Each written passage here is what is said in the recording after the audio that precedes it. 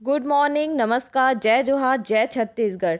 आप सारे स्टूडेंट का मेरे चैनल छत्तीसगढ़ एग्ज़ाम गुरु में स्वागत है। जो भी स्टूडेंट अभी मंडी का एग्ज़ाम देने वाले हैं उनके लिए ये वीडियो बहुत ज़्यादा यूज़फुल होने वाला है। बस इस वीडियो को स्किप ना करें, लास्ट तक ज़रूर देखें और एग्ज़ाम से पहले कम से कम 3 से 4 बार इसको रट कर जाएं। एग्ज़ाम का लेवल देखना यही रहने वाला है।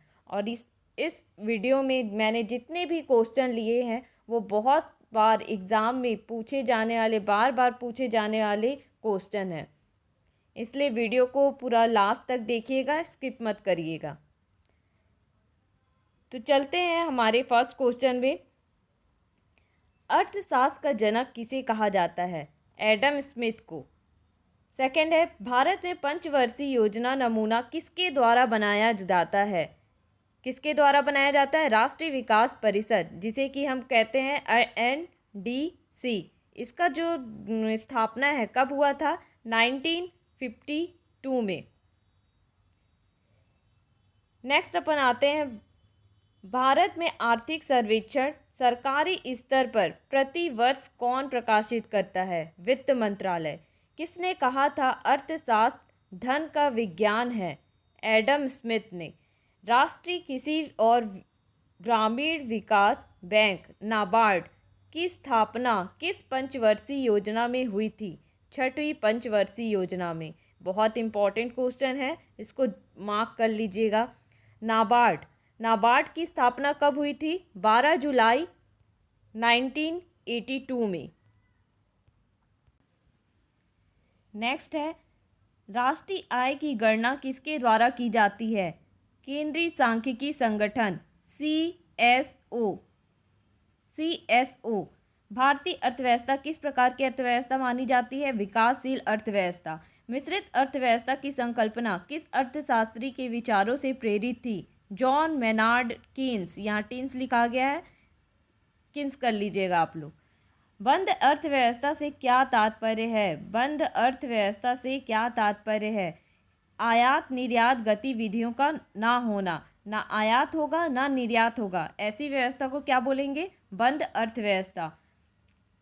अर्थशास्त्र के क्षेत्र में प्रथम नोबेल पुरस्कार किस वर्ष प्रदान किया गया था? 1969 में। 1969, इसको अच्छे से याद कर लीजिएगा। और एक क्वेश्चन है, बहुत इम्पॉर्टेंट है, कि भारत में सबसे पहला जो बैंकों का नेशनलाइजेशन हुआ था कब हुआ था? 1960 में। कितने बैंकों का नेशनलाइजेशन हुआ था? 14 बैंकों का नेशनलाइजेशन हुआ था। नेक्स्ट देखेंगे, अर्थशास्त्र में नोबेल पुरस्कार प्राप्त करने वाले भारतीय मूल के प्रथम व्यक्ति कौन थे? अमर्त्य सेन। राष्ट्रीय आय और प्रति व्यक्ति आय एक निश्चित दर से ऊपर चली जाए तो उसे किस तरीके की अर्थव्यवस्था कहते हैं? इसे हम विकसित अर्थव्यवस्था कहते हैं। हमारा जो इंडिया है, भारत, वो किस तरीके का अर्थव्यवस्था है? विकासशील अर्थव्यवस्था है। नेक्स्ट देखते हैं, भारतीय अर्थव्यवस्था की प्रमुख विशेषताएं क्या है? कृषि की प्रधानता, बढ़ती बेरोजगारी, प्रति व्यक्ति न्यूनतम आय। मैक्रो इकोनॉमिक्स को अर्थशास्त्र की एक अलग शाखा के रूप में आरंभ करने का श्रेय किसे दिया जाता है? किसे दिया जाता है? जॉन मेनार्ड कीन्स को। किसे? जॉन मेनार्ड कीन्स को। नेक्स्ट है, अर्थव्यवस्था में उच्च स्तरीय निर्णय लेने वाले संस्थानों को किस क्षेत्र के अंतर्गत शामिल किया गया है? किस पंचम क्षेत्र के अंतर्गत।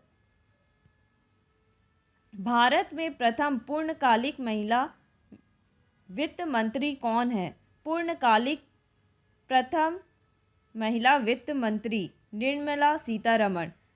भारत में बजट किस तिथि को प्रस्तुत किया जाता है? प्रति वर्ष 1 फरवरी को। स्वतंत्र भारत का प्रथम बजट किसके द्वारा पेश किया गया था? R.K. षणमुखम सेठी के द्वारा। भारत संविधान सरकार को किस अनुच्छेद के अंतर्गत सार्वजनिक बजट बनाने का आधिकारिक प्रदान करता है? अनुच्छेद 112। भारत का प्रथम बजट कब प्रस्तुत किया गया था? 18 फरवरी 1860 में। भारतीय बजट के प्रणेता, father of budget in India किसे माना जाता है? जेम्स विल्सन को। विवाद से विश्वास योजना किससे संबंधित है? विवादित कर राशि का भुगतान करने से। किस पंचवर्षीय योजना में आर्थिक विकास का दर सबसे कम रही? बहुत इंपॉर्टेंट क्वेश्चन है। तीसरी पंचवर्षीय योजना में। भारतीय अर्थव्यवस्था के उदारीकरण का अग्रदूत कहा जाता है। अग्रदूत किसे कहा जाता है? डॉक्टर मनमोहन सिंह को। समाजवादी अर्थव्यवस्था, सोशलिस्ट इकोनॉमी का जनक किसे कहा जाता है? किसे कहा जाता है? कार्ल मार्क्स को। गांधीवादी अर्थव्यवस्था के सिद्धांत पर आधारित है। किस सिद्धांत पर? न्यास के सिद्धांत पर। प्रथम पंचवर्षीय योजना किस योजना पर आधारित थी? हेराल्ड डोमर योजना पर। राष्ट्रीय विकास समिति का अध्यक्ष कौन है? प्रधानमंत्री रहता है। हस्तक्षेप का सिद्धांत का प्रतिपादन किसने किया था? एडम स्मिथ ने। भारत का पहला अंतरिम बजट किसने और कब प्रस्तुत किया था? इसका आंसर है मोरारजी देसाई ने। कब किया था? 1962 टू 1963। नेक्स्ट क्वेश्चन की तरफ बढ़ते हैं। भारत में शून्य आधारित बजट किसने प्रस्तुत किया था? राजीव गांधी ने। प्रभावी राजस्व घाटा किसके द्वारा प्रस्तुत किया गया जाता है? लोक लेखा समिति के द्वारा। भारतीय संविधान में कृषि को किस सूची के अंतर्गत रखा गया है? राज्य सूची 7वीं अनुसूची। राज्य सूची में रखा गया है और 7वीं अनुसूची में रखा गया है।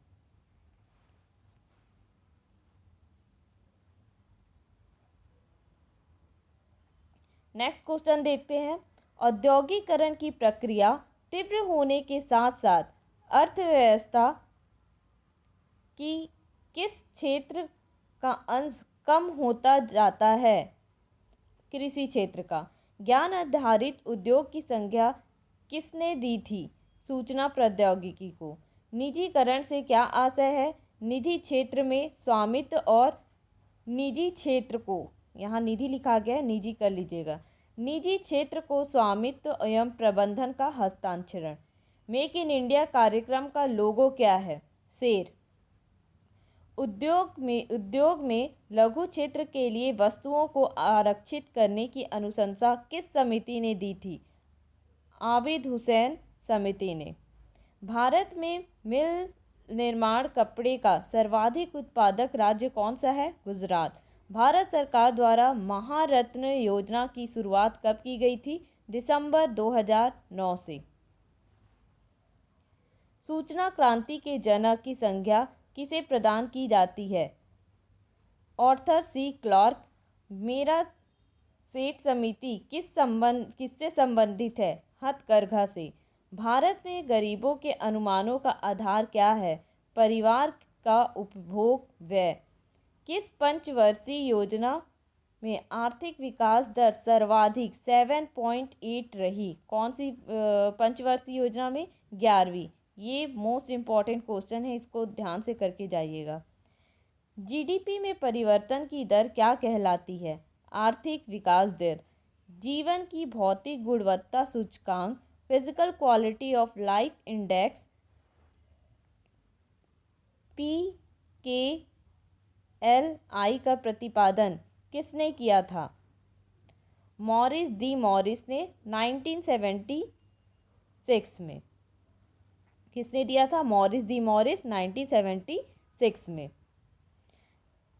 आर्थिक विकास दर के मापन हेतु क्रय शक्ति समता विधि PPP का प्रतिपादन किसने किया था?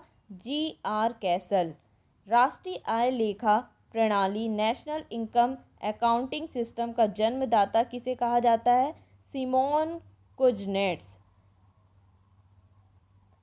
1949 में भारत सरकार द्वारा नियुक्त राष्ट्रीय आय समिति के अध्यक्ष कौन थे? पीसी महालनोबिस। पीसी महालनोबिस ये सेकेंड द्वितीय पंचवर्षीय योजना में इन्होंने मॉडल तैयार किया था। दूसरी पंचवर्षीय योजना को पीसी महालनोबिस मॉडल भी कहा जाता है। नेक्स्ट आते हैं, सकल राष्ट्रीय उत्पाद क्या है? राष्ट्रीय उत्पाद का मूल्य मापन ही क्या है? सकल राष्ट्रीय उत्पाद। पूंजीवादी अर्थव्यवस्था का मुख्य लक्षण क्या होता है? निजी स्वामित्व। मिश्रित अर्थव्यवस्था से क्या अभिप्राय है? सरकारी और निजी क्षेत्र का सह अस्तित्व। जनसंख्या का सिद्धांत किसने दिया था? माल्थुस ने। प्रत्यक्ष कर का उदाहरण क्या है? Income tax.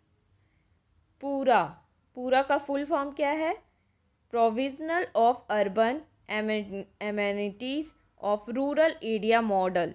Rural area model किसने दिया था? डॉक्टर एपीजे अब्दुल कलाम ने। लॉरेंज कर्व क्या दर्शाता है? आय के वितरण को। सकल घरेलू उत्पाद प्लस विदेश से प्राप्त नवीन कारक आय, इसे क्या कहा जाता है? सकल राष्ट्रीय उत्पाद। सामान्य संतुलन विश्लेषण एवरेज बैलेंस जनरल एक्विलिब्रियम किसने विकसित किया था? लियोन वॉलरस ने। मुद्रास्फीति को नियंत्रित करने के लिए सरकार को क्या करना चाहिए? रेपो रेट में वृद्धि कर देना चाहिए।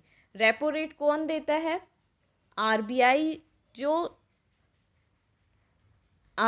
जो हमारे बैंकों पर, जितने भी बैंक हैं उन पे जो रेट लगाती है उसे क्या कहते हैं? हम रेपो रेट कहते हैं। और जो बैंक हम पे लगाता है उस रेट को क्या कहते हैं? नीचे कमेंट बॉक्स में लिख दीजिएगा। राष्ट्रीय आय के लिए किसका योगदान अधिकतम होता है? सेवा का। मूल्यह्रास किसके मूल्य की हानि होती है? मशीनरी की।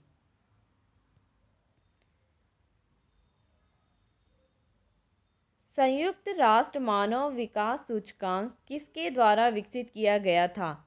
महबूब उल हक के द्वारा। जो एसडीपी है, ह्यूमन डेवलपमेंट इंडेक्स, ये कौन जारी करता है? Human development index. ये भी इम्पॉर्टेंट क्वेश्चन है, इसको आप लोग नोट कर लीजिएगा। ये यूएनडीपी के द्वारा निकाला जाता है, ह्यूमन डेवलपमेंट इंडेक्स। सतत विकास से क्या तात्पर्य है? वर्तमान पीढ़ी के विकास के साथ साथ भविष्य का आर्थिक विकास। भारत में प्रति व्यक्ति आय में वृद्धि को दरमंद होने का मुख्य कारण क्या होता है? जो पर कैपिटा इनकम होता है, प्रति व्यक्ति आय, उसका मंद होने का मुख्य रीज़न क्या है? उच्च पूंजी उत्पाद अनुपात और जनसंख्या वृद्धि की ऊंची दर। भारत में ये भी बहुत बार ये क्वेश्चन भी बहुत सारे एग्ज़ाम में बार बार पूछा गया है, इसको भी अच्छे से करके जाइएगा। भारत में सकल घरेलू उत्पाद जीडीपी का सबसे बड़ा भाग आर्थिक क्षेत्र से प्राप्त होता है। किस क्षेत्र से प्राप्त होता है? सेवा के क्षेत्र से। सेवा के क्षेत्र से फिर क्या आता है आपका? उद्योग के क्षेत्र से, देन लास्ट कृषि के क्षेत्र से। भारत में आयकर की शुरुआत किसने की थी? जेम्स विल्सन ने।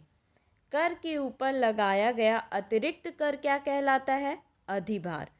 किस देश ने सबसे पहले जीएसटी लागू हुआ था? GST stand for good and service tax. ये फ्रांस ने सबसे पहले लगाया था। कब? 1954 में।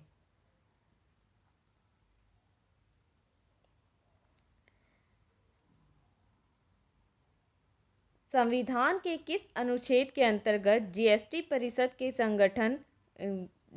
परिषद के गठन का प्रावधान किया गया है?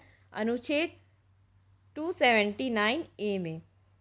भारत में वस्तु एवं सेवा कर जीएसटी कब लागू हुआ था? 1 जुलाई 2017 से। रेफर वर्ग क्या प्रदर्शित करता है? कर से राजस्व की प्राप्ति और कर की दर के मध्य संबंध को रेफर वर्ग प्रदर्शित करता है।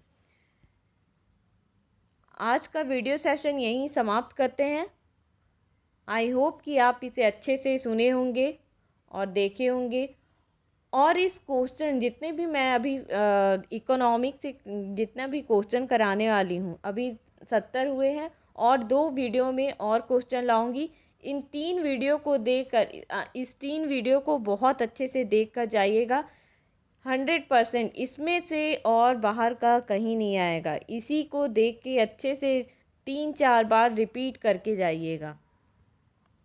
अगर वीडियो पसंद आएगा तो लाइक और सब्सक्राइब कर दीजिएगा, शेयर कर दीजिएगा। So thank you. वीडियो को यहीं एंड करते हैं। मिलते हैं नेक्स्ट वीडियो में।